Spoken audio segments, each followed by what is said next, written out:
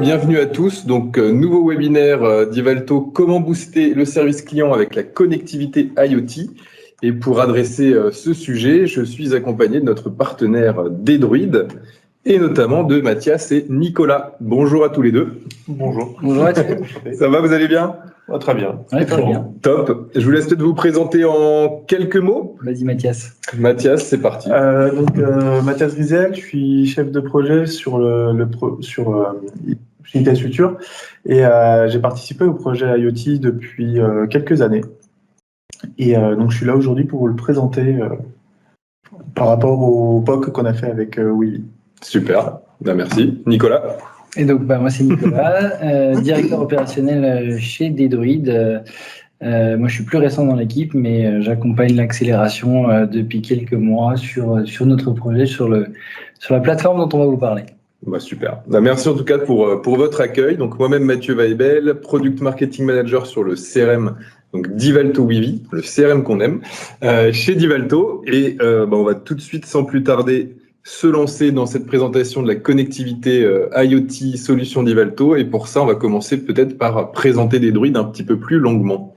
Oui, merci Mathieu. Alors, Dedruid, c'est une société strasbourgeoise. Donc aujourd'hui, on travaille sur notre projet depuis 2015, comme le mentionnait Mathias. On est une équipe aujourd'hui de 15 experts IoT. Alors aujourd'hui, le cœur de notre sujet, c'est vraiment la plateforme qu'on développe. Donc on est avant tout éditeur, comme d'Ivalto, que je remercie d'ailleurs pour l'organisation de ce webinaire. Il y a pas mal de synergies qui sont faites entre nos deux produits, nos deux structures, et puis clairement toutes les possibilités qu'offre aujourd'hui le partage des données. Donc notre enjeu principal, il est sur cette plateforme. Et derrière, tout l'accompagnement à travers de nos experts, dont fait partie Mathias, sur la création de solutions sur mesure, vraiment la capacité à créer les use cases, à analyser votre besoin, à analyser le besoin de vos clients également, pour être capable de valoriser au mieux la donnée. Et ça, on y reviendra dans le détail, c'est qu'est-ce que l'IoT. On va rentrer un peu plus dans le cœur du sujet. Moi, je fais la transition tout de suite sur la slide suivante. Exactement. Alors, pourquoi ce webinaire aujourd'hui? Peut-être pour prendre un peu de hauteur.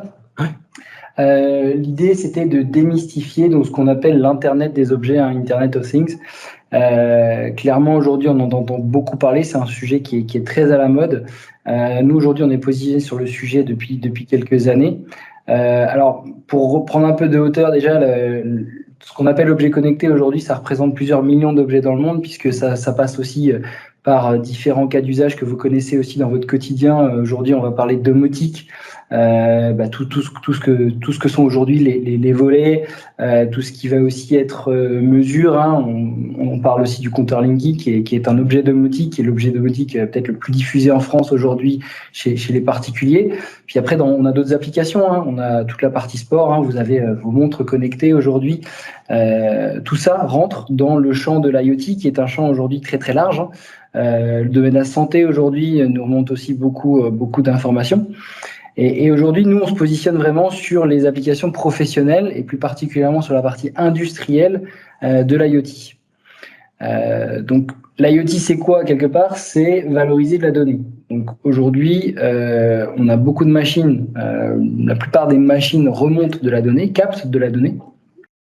Et vraiment, l'enjeu, ça va être de valoriser cette donnée, rendre son produit augmenté, le rendre connecté et après, derrière, exploiter cette data qui est remontée très souvent sur différentes plateformes. Alors, nous, aujourd'hui, on se positionne vraiment sur 3 axes. Là où on va vraiment avoir le plus gros enjeu, c'est dans la création de services. Donc, c'est ce que vous voyez au milieu. Donc aujourd'hui, nous, on accompagne nos clients dans le fait de développer des business models autour de l'IoT. Dit autrement, c'est créer de la valeur avec vos data. Donc aujourd'hui, parmi vous, il y a peut-être des fabricants de machines, des fabricants de matériel. Aujourd'hui, on va accompagner ce matériel dans le fait de le rendre connecté, donc quelque part dans l'augmenter, et vous permettre de créer des offres commerciales, vous permettre de créer des services dans l'exploitation de ces données. Donc, on va parler bien sûr de maintenance prédictive, on va parler de remontée de données terrain, donc mieux connaître son client, c'est aussi par là que ça passe. Avoir la capacité aussi à vendre le service qui va autour de la machine. Aujourd'hui, vous vendez la machine, elle est en place chez votre client. Une fois qu'elle est installée, quelque part, l'idée, c'est de ne pas perdre le contact avec votre client, capter des données terrain et continuer d'avoir des échanges avec lui, dans le fait de pouvoir valoriser son travail, valoriser l'usage de la machine et valoriser quelque part comment il peut l'exploiter au mieux. Donc ça, c'est le cas central. Après, en périphérie, il y a d'autres usages, d'autres objectifs aujourd'hui sur le fait de connecter vos périphériques. Un enjeu assez pragmatique, c'est aussi la capacité pour vous en propre, donc pas que pour vos clients, mais pour vous en propre, d'améliorer vos processus en s'appliquant, en utilisant les données terrain, en s'appuyant sur les données terrain, en étant capable d'avoir des logiques de rendement. Alors, on parle beaucoup en ce moment de tout ce qui est décret tertiaire, décret BACS, qui encadre la mesure énergétique. C'est le sujet phare du moment, dans la capacité à réduire ses coûts, dans l'optimisation du rendement. On a certains clients qu'on accompagne aujourd'hui sur la capacité à calculer la quantité énergétique dépensée pour la fabrication d'une pièce. Donc là, on est vraiment dans l'optimisation des coûts, tout ça en se basant sur des capteurs et sur derrière la donnée augmentée. Donc on collecte la donnée bien sûr et après on l'enrichit de façon à prendre des décisions et notamment des décisions qui permettent d'améliorer le coût. Et puis le dernier cas d'usage, je le disais un petit peu, il est indirect à celui du milieu. Donc là on parle de celui qui est à droite. Là, l'idée, c'est d'améliorer la connaissance de votre expérience. Et c'est là aussi qu'on va trouver notre synergie avec ce qui est fait chez Divalto. C'est le service client, la connaissance du client, quelque part. C'est aussi le métier sur lequel vous connaissez déjà tous Divalto. Et donc, clairement, aujourd'hui, nous, là où on va enrichir cette connaissance et par le démonstrateur qu'on va vous présenter juste après, où on a interconnecté nos deux plateformes, c'est la remontée de terrain automatisée dans la plateforme sur des données qui viennent des capteurs.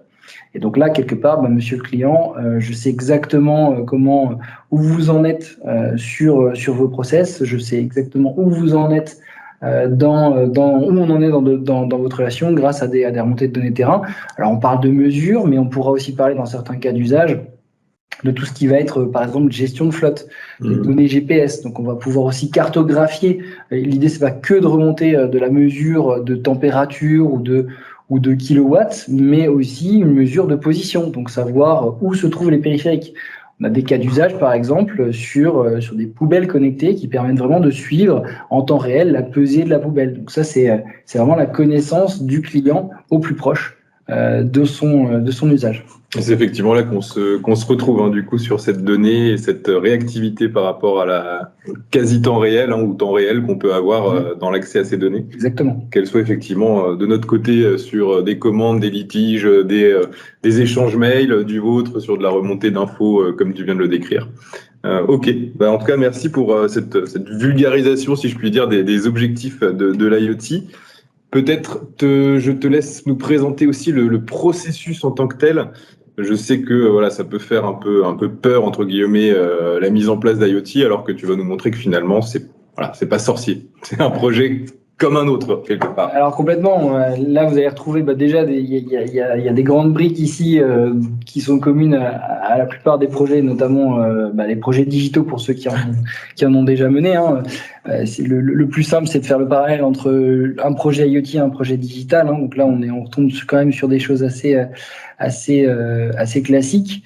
Le point de départ, ça va être de comprendre les cas d'usage. Donc là, nous, on va intervenir aussi dans l'accompagnement, la compréhension de votre métier et la définition du modèle de service à créer pour vous, soit pour votre processus interne, soit pour l'accompagnement de vos clients. Donc la première étape, c'est cette partie usage. Et directement après, quelque part, qui dit usage, dit valorisation de l'usage. Alors, elle peut être assez directe dans le sens où si on a un besoin client, généralement, on sait le valoriser par une offre commerciale, par une proposition, mais quelque part, sans valorisation, on n'a pas non plus d'enjeu à développer le projet. Quand on parle de valorisation, on parle aussi aujourd'hui, dans tout ce qui est IoT, dans tout ce qui est objet connecté, on remonte souvent beaucoup de data, et cette data, elle est souvent dite brute, donc elle n'est pas forcément bien structurée, elle n'est pas forcément bien valorisée. Donc dans la valorisation, on est dans la valorisation du cas d'usage, mais aussi quelque part de vos données, parce que peut-être parmi vous, il y a déjà des gens qui remontent de la donnée, sans forcément le savoir, sans forcément l'avoir stocké, sans forcément s'en être préoccupé, et donc quelque part, cette valorisation, elle va aussi être capable de dire comment aujourd'hui, ces données que vous remontez, on peut les structurer, en créer des tableaux de bord, en créer des alertes, en créant des différents indicateurs automatisés qui permettent de les valoriser. Pour d'autres cas, pour certains d'entre vous, donc il y aura peut-être déjà la data, mais dans d'autres cas, on passe également par la partie ingénierie. Donc là, on va être sur conception et installation des capteurs. Donc aujourd'hui, on travaille avec des partenaires qui nous permettent aussi, une fois qu'on a identifié le cas d'usage, pourquoi pas de développer, d'implémenter le capteur. Donc ça passe aussi par cette partie-là. Soit ils sont déjà présents et dans ce cas-là, on structure ce qui nous montre, soit ils n'existent pas encore et dans ce cas-là, on va les mettre en place avec nos partenaires. Alors un autre enjeu dans la partie IoT, c'est tout ce qui va être connectivité. Alors les plus aguerris d'entre vous, vous connaissez peut-être, on parle notamment de réseau LoRa, de réseau anciennement Sigfox qui maintenant est un peu sur le déclin. On parle aussi beaucoup de 5G.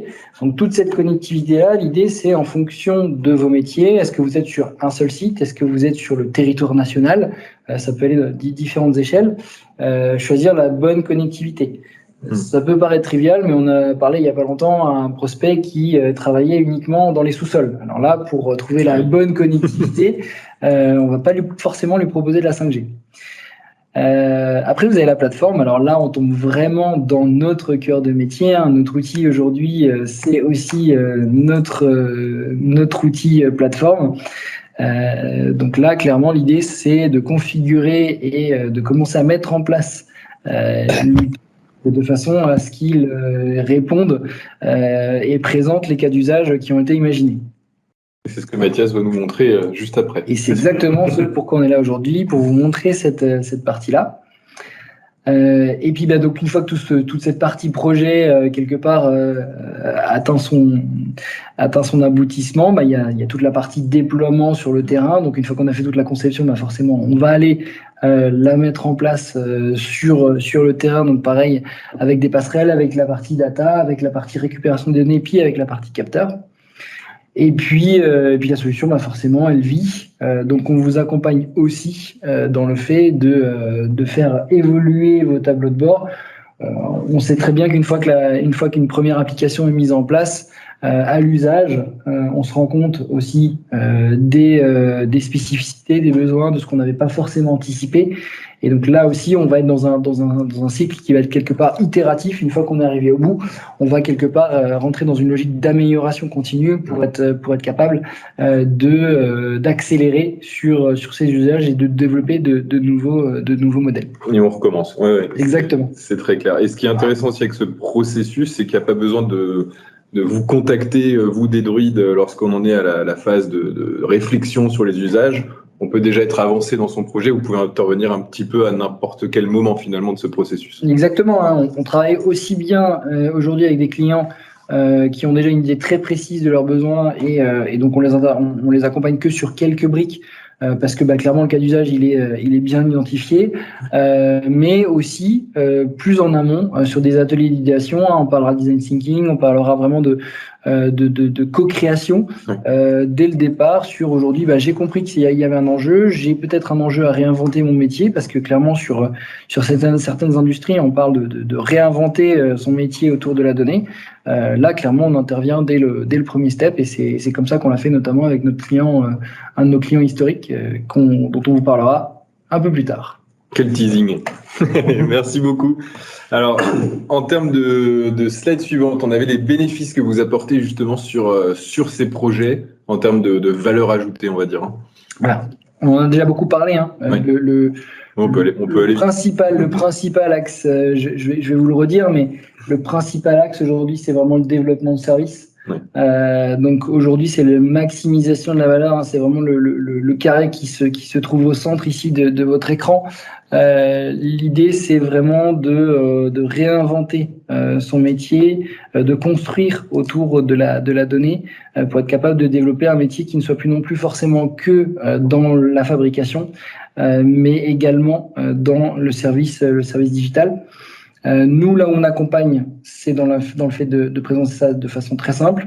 Donc, pour introduire un peu la plateforme que Mathias va vous montrer juste après, aujourd'hui, on est sur une plateforme, on parle de no-code hein, pour ceux qui sont les plus aguerris. Donc, ce que ça veut dire concrètement, c'est que la plateforme ne nécessite aucune connaissance technique de développement. Hein. On sait aujourd'hui créer de l'applicatif chez nous sans développer. Donc, nous, on vous accompagne, mais demain, on vous donne les clés pour développer votre propre projet.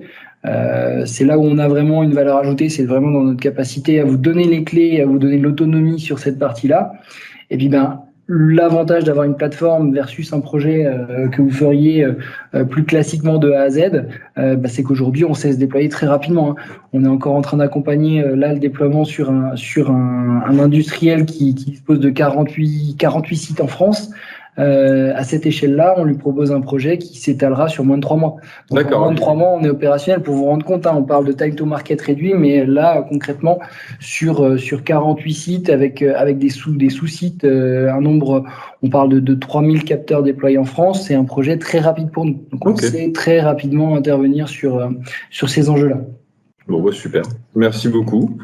Alors moi, je voulais vous présenter aussi, avant de passer vraiment au concret, puisque je sais qu'on a une audience aujourd'hui qui est assez mixte. On a avec des clients, des partenaires, des utilisateurs CRM, des utilisateurs ERP. Donc refaire un petit point vraiment sur Divalto Wivi en tant que tel, puisque c'est bien la connexion Divalto Wivi et plateforme Dedruid dont on va parler. Et Divalto Wivi, donc c'est notre CRM hein, chez Divalto, et c'est un CRM avec un positionnement qui est assez unique sur le marché, puisqu'on va adresser 3 différents cycles que je vous ai présentés ici. À la fois un CRM, entre guillemets, tout ce qui a plus de classique sur les ventes en cycle court avec tout ce qui va être prise de commande sur le terrain. Donc dès que vous avez à gérer une force de vente nomade, itinérante par exemple, gestion du catalogue électronique, etc. On est sur une solution qui est aussi bien sur le web que sur tablette, sur mobile. Donc vraiment cette spécificité au métier des commerciaux itinérants. On va pouvoir adresser également les ventes en cycle long ou les ventes complexes comme on les appelle chez nous. Donc là, on est sur des ventes beaucoup plus longues, comme le titre l'indique, entre 3 mois et 1 an par exemple, multidécisionnaires. On parle de 6 à 7 rendez-vous et de 6 à 7 interlocuteurs différents avant de conclure la vente. Donc là, c'est vraiment une toute autre gestion. On va plutôt gérer des opportunités, des forecasts avec du BI, voilà, avec différents outils pour vous accompagner sur ces ventes-là.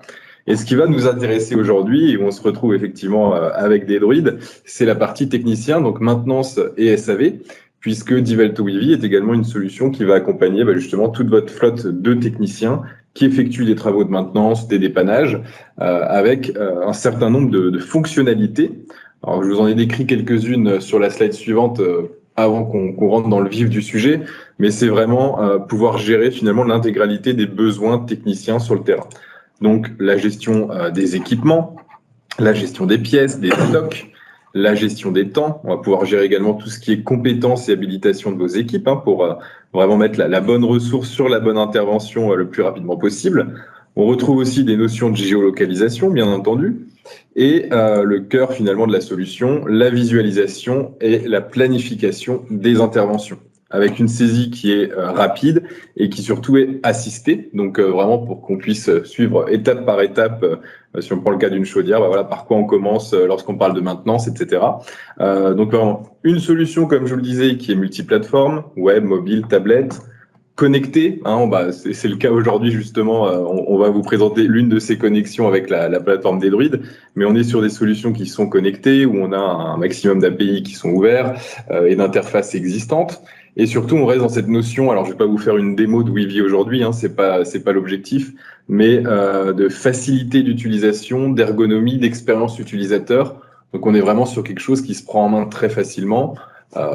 notamment sur tablette ou sur mobile lorsqu'on est sur le terrain, mais sur la version web, bien entendu aussi. Donc voilà, une solution pour nous qui est Divalto Wivi, qui est très complète, qui adresse ces flottes de techniciens. Et il nous manquait quelque chose, c'était cette connexion avec l'IoT pour être encore plus réactif sur les demandes et pouvoir être encore plus autonome. Et c'est ce qu'on va vous présenter aujourd'hui. Donc, pourquoi cette automatisation des demandes d'intervention ? Comme je vous le disais, l'objectif d'aujourd'hui, c'est bien qu'on démontre la connexion qu'on peut faire entre Divalto Wivi et la plateforme Dedruid pour adresser ces nouvelles problématiques IoT. Je pense que Nicolas l'a assez précisé pour que je ne revienne pas dessus, mais l'objectif, c'est bien de développer les nouveaux services et puis de gagner en efficience, en automatisant vos processus. Ça, c'est notre objectif avec ce partenariat. Et sans plus attendre, je vais laisser la parole, je pense, à notre cher Mathias pour qu'il nous montre cela et qu'on passe sur cet exemple d'intégration que tu as développé. Eh ben, allons-y. Merci. Donc, alors, est-ce qu'il partage ? Oui, bien plus. On voit ton écran. On voit mon écran. Parfait. Oui, c'est bon. Donc, aujourd'hui, l'objectif, c'est de vous montrer l'intégration entre un client qui serait connecté et aller jusqu'à Wivi et l'intégration dedans. Bien sûr, on n'a pas de produit, on n'a pas de vrai client pour la démonstration. Donc, aujourd'hui, on va se baser sur un simulateur. Le simulateur, donc, on va déjà sélectionner le projet. Le simulateur va représenter une machine. La machine va avoir deux paramètres, ce qu'on a simplifié. On va avoir la température de fonctionnement de la machine, ici à gauche, et on va voir le temps d'utilisation de la machine. On a mis des règles qui sont tout à fait arbitraires, qui sont de dire si jamais la température dépasse les 150 degrés, alors on souhaite déclencher une intervention.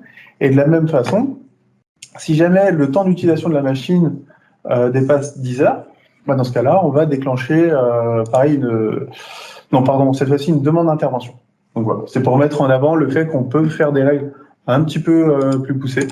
Donc voilà, donc là, je suis en train de simuler, par exemple, les heures de fonctionnement de la machine. On peut aller voir côté Wivi, donc l'interface que vous connaissez sûrement déjà. Pour certains d'entre vous, en tout cas. Pour certains. Donc là, effectivement, on n'a pas de demande d'intervention, mais à partir du moment où on va dépasser le seuil des 10 heures, la donnée va pouvoir remonter sur la plateforme, elle va pouvoir être enrichie par la plateforme et ensuite restituée en fonction des règles qui ont été mises en place. Et donc là, l'objectif, c'est de créer dans Wivi une demande d'intervention. Voilà. Donc, on va aller dans Wivi. Et on voit bien on a dépassé nos 10 heures. Qui a été génial. Bien sûr, le contenu de la commande, donc ici on est en mode démonstration, mais il est totalement personnalisable en fonction du site du client. Si jamais il y a besoin d'informations complémentaires, on peut les rajouter. Il n'y a pas de souci. Et donc, de la même façon, par rapport à la température, pareil, quand on va dépasser un certain seuil, on va pouvoir voir sur les données de la plateforme en direct. On peut voir donc à gauche la température, à droite le temps de fonctionnement et en haut les dernières valeurs. Donc ici tu nous montres notre plateforme. Effectivement. J'ai switché un peu vite. Donc là on voit que l'alarme s'est déclenchée et du coup ici si on rafraîchit, on n'est pas encore créé. On va arriver, c'est pas grave. Mais du coup donc là effectivement je suis arrivé sur notre plateforme qui nous permet de voir. Donc, sur la partie gauche, on sélectionne les produits. Donc là, je suis dans le cadre du POC, je suis sur XDAU. Et toutes les interfaces ici sont personnalisables. Comme dit tout à l'heure, c'est du no-code. Le but, c'est pas de programmer, c'est plus de passer en mode configuration et de rajouter les widgets. Donc les widgets, chacun des rectangles, individuellement, et donc pouvoir les exploiter comme ça. Donc ce qu'on voit ici dit autrement. Ici, notre plateforme Dedruid avec laquelle le périphérique connecté interagit. Donc, le périphérique connecté, en l'occurrence, c'était le simulateur que nous montrait Mathias au début. Et donc, on a interconnecté notre plateforme, donc ici la Builder, avec Divalto Wivi pour permettre de centraliser la donnée de l'alarme et de la demande de maintenance directement au centre du CRM. C'est ça. Et ce qui est intéressant, c'est que du coup, c'est transparent pour quelqu'un qui est utilisateur CRM pur, quand il reçoit ses demandes d'intervention, lui, il va juste recevoir des nouvelles demandes dans son outil, quoi. Voilà, et enrichi. Parce que du coup, comme on peut le voir ici, donc là, on a juste rajouté un lien vers le dashboard. Mais on pourrait rajouter des liens vers des rapports. Bien sûr, qui permettraient d'avoir plus de précision en fonction des cas d'usage, bien sûr. Ouais. Et donc, on est en quasiment temps réel, puisqu'il faut 30 secondes pour que la demande d'intervention arrive dans Divalto Weavy, finalement, quoi. On est sur des temps très courts. Ok, super. Donc voilà. Non, très bien. C'est déjà, je trouve que ça montre la simplicité finalement, hein, ton démonstrateur, comme ça que tu l'appelles, je crois, qui montre, voilà, on dépasse une certaine jauge, on a une demande d'intervention qui arrive. C'est tout ce qu'on souhaitait présenter en termes de facilité de mise en œuvre et d'accès justement à l'information. Et là, on peut imaginer en termes de maintenance préventive, curative, voilà, des nouveaux usages, beaucoup plus de réactivité, tout ce que Nicolas nous expliquait juste avant. Ce que j'ai pas précisé précédemment aussi, c'est que donc là, effectivement, le démonstrateur est très simple puisqu'on est sur un périphérique. Bien sûr. Une des forces de notre plateforme aujourd'hui, c'est d'être dans la haute disponibilité, et notamment à grande échelle. Donc là, ça peut paraître, comme tu le disais, assez trivial sur un périphérique, mais aujourd'hui, comme je le disais précédemment, on accompagne des clients sur des parcs de 3000 périphériques déployés, donc en temps réel. Ces 3000 périphériques connectent avec notre plateforme, communiquent avec notre plateforme et peuvent remonter instantanément des ordres de maintenance dans Weavy. Ouais. Donc c'est l'intégralité de cette chaîne à grande échelle, j'ai envie de dire, qui prend tout son sens. Parce que là, derrière, on va le gérer en temps réel avec la même réactivité, peu importe la volumétrie. Ok, merci beaucoup. Alors je repasse sur la présentation PowerPoint. Donc on a montré cet exemple d'intégration que vous avez mis en œuvre. Alors, on est sur la première page toujours. Là, oui. Là, on est sur la première page. Alors, c'est que mon partage n'a pas été bien réalisé. Hop, on va repartager tout de suite. Excusez-moi pour cela. Voilà. On est sur la page. Donc on avait notre exemple d'intégration et je crois qu'il y avait un petit schéma que vous aviez monté et donc, pour nous expliquer donc, cette démonstration, comment c'est réalisé. Donc, là où on a vu qu'on avait un simulateur de données, mais en fait, la source des données, c'est ce qu'on a à gauche. Elle peut être tout à fait diverse et variée. Donc, on va avoir des différents points de mesure avec les capteurs. On peut avoir des compteurs par rapport aux consommations. Et on peut aussi dire, il y a des boutons, des actions qui sont faites par un utilisateur physique, un opérateur qui permet de déclencher une remontée de données. Donc, toutes les données vont remonter sur la plateforme et ensuite la plateforme va pouvoir la traiter et la redistribuer. On a vu, donc là, on a la connexion vers Divalto qui permet de créer les interventions et demandes d'intervention. Tout à fait arbitraire, on peut adapter en fonction du client. Et ensuite, on va avoir... Donc j'allais un peu plus loin, ouais. Et ensuite, on a, donc, quand je vous ai présenté la plateforme, c'est au final juste une application qui permet de visualiser la donnée, une parmi tant d'autres. On peut aussi passer sur mobile, on peut aussi passer par les envois d'alertes, de mails, tout ça. Plein de possibilités. Et donc voilà, c'est une façon de représenter la donnée. Top, merci. Alors, je crois que vous aviez un autre cas que vous vouliez nous présenter. C'est quoi? C'est toi, Nicolas, qui nous... Oui, c'est moi qui fais la présentation. C'est ce que je disais juste avant. Donc, un de nos clients historiques, Socomec, ETI alsacienne, plutôt bien connue. Donc, pour resituer un peu le contexte, on est sur une structure qui a 100 ans d'existence, qui embarque 3000 experts, représente un chiffre de 600 millions d'euros en 2020. Implanté partout dans le monde, c'est aussi un des axes aussi qui est important pour eux et donc pour l'accompagnement qu'on leur propose. Donc rapidement, Socomec spécialiste dans la gestion électrique pour tout ce qui est coupure et stabilisation énergétique. Et donc leur problématique, elle a été sur le développement des services digitaux au travers de l'IoT. Et donc, si tu passes à notre schéma zoomé sur la slide suivante, voilà, donc notre plateforme aujourd'hui, elle est au centre du dispositif. Donc, sur la partie gauche, vous avez l'ensemble d'un parc de périphériques déployés Donc c'est là qu'on va collecter la donnée au travers d'une passerelle qui est matérialisée sur le schéma. L'ensemble de ces périphériques remonte dans notre plateforme. Merci Mathieu pour le Oui, tu vois ça. la donnée. Je le montre bien, la donnée qui circule. Et après, derrière, en fait, depuis ce même endroit, cette même donnée, quelque part, est visualisée par différents métiers, différents cas d'usage. Et donc là, c'est là que le développement de services se fait. Donc, à la fois pour le technicien de maintenance, et c'est là qu'on va clairement rentrer dans la plateforme qu'on vous montrait précédemment. Donc là, la maintenance, on peut la voir en détail, vraiment avoir les logs, les statistiques. Mais aussi pour d'autres cas d'usage, pour les analyses, l'expertise, les partenaires également. Un cas d'usage assez classique aussi, le marketing peut avoir son prisme de données pour continuer de développer l'offre. Donc, on peut vouloir exploiter la donnée sur un prisme plutôt technique, où on sait aujourd'hui visualiser la donnée sur un axe plutôt marketing, pour dire aujourd'hui comment développer nos offres au travers de ce qu'on sait être nos périphériques. Et tout ça, c'est quelque part l'interprétation et la mise en forme et la valorisation de la donnée qui vient toujours du même endroit, à savoir de la machine au départ. Ça me paraît très clair.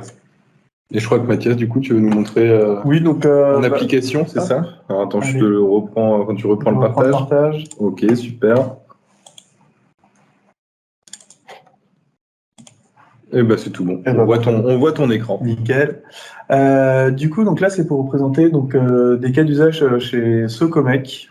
Donc là, on va être sur un produit qui est spécifique à chez eux, qui est un stocker, qui permet, on a dit que ça travaille l'électricité, là, ça permet d'avoir plusieurs sources de courant, de pouvoir stocker dans une batterie et de restituer le courant nécessaire au niveau du bâtiment. Donc là, c'est ce qu'on voit. Effectivement, on est en train de rejeter sur le réseau, de revendre du courant, parce qu'on est en train de consommer sur le photovoltaïque et également sur la batterie, ce qui nous permet à la fois d'alimenter l'usine et de revendre au plus cher. Voilà. Donc là, c'est un point de vue. Ici, il y a plusieurs dashboards qui ont été faits. Les données sont toujours les mêmes, parce que du coup, le produit, il ne remonte qu'une seule fois. Et derrière, on va offrir plusieurs points de vue.